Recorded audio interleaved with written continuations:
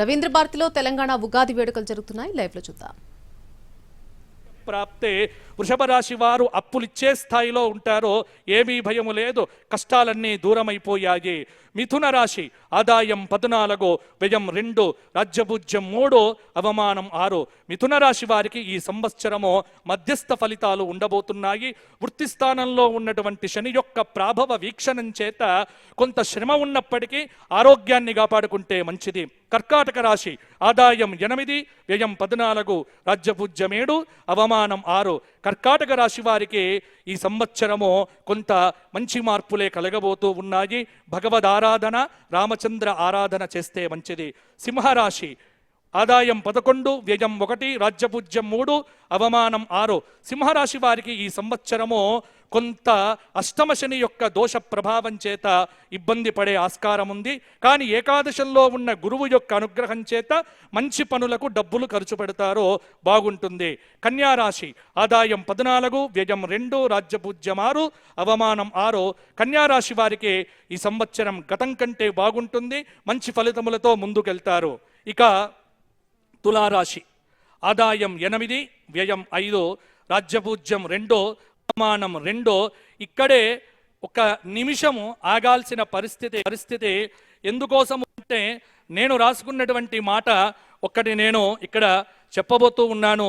మనం అందరం కూడా ఎదురు చూస్తున్నటువంటిది ఏమిటి అంటే మరి గౌరవనీయులైనటువంటి ముఖ్యమంత్రి వర్యుల వారిది ఏమిటి, వారి యొక్క నక్షత్రం ఏమిటి, వారి యొక్క రాశి ఏమిటి అనేటువంటిది. ఎందుకంటే రాజుది చూస్తేనే రాజ్యం బాగుంటుంది. కాబట్టి ఈ సంవత్సరం కనుక నేను ఇక్కడ వారిది చూడగా వారిది అద్భుతంగా తులారాశి అయింది. చిత్తా నక్షత్రంలో వారు జన్మించినారు.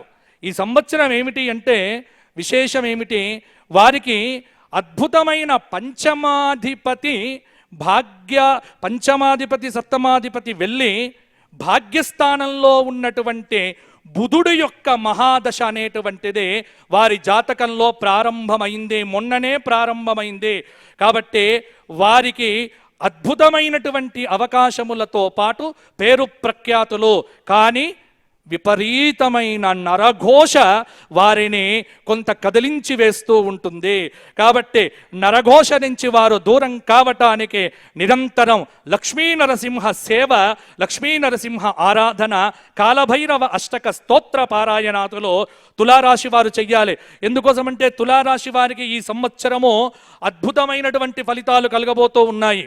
అలాగే తులారాశి ఆదాయం 8, వ్యయం 5, రాజ్యభుజ్యం 2, అవమానం 2. కాబట్టి తులారాశి వారికి ఈ సంవత్సరము తిరుగులేదు. వృశ్చిక రాశి ఆదాయం 14, వ్యయం 11, రాజ్యభుజ్యం 5, అవమానం 2. వృశ్చిక రాశి గౌరవనీయ ప్రధానమంత్రి గారి యొక్క రాశి. వృశ్చిక రాశి, వృశ్చిక లగ్నం వారికి కూడా కొంత ఇబ్బందికరమైన పరిస్థితులతో పాటు కొంత బాగానే ఉంటుంది. వీరికి వృశ్చిక రాశి వారు ఈ సంవత్సరం మధ్యస్థ ఫలితాలనే పొందబోతూ ఉన్నారు.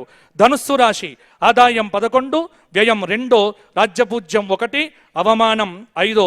ధనుస్సు రాశి వారికి అర్ధాష్టమ శని దోషం ప్రారంభమైంది, జాగ్రత్తగా ఉండాలి, ఆరోగ్యాన్ని కాపాడుకోండి.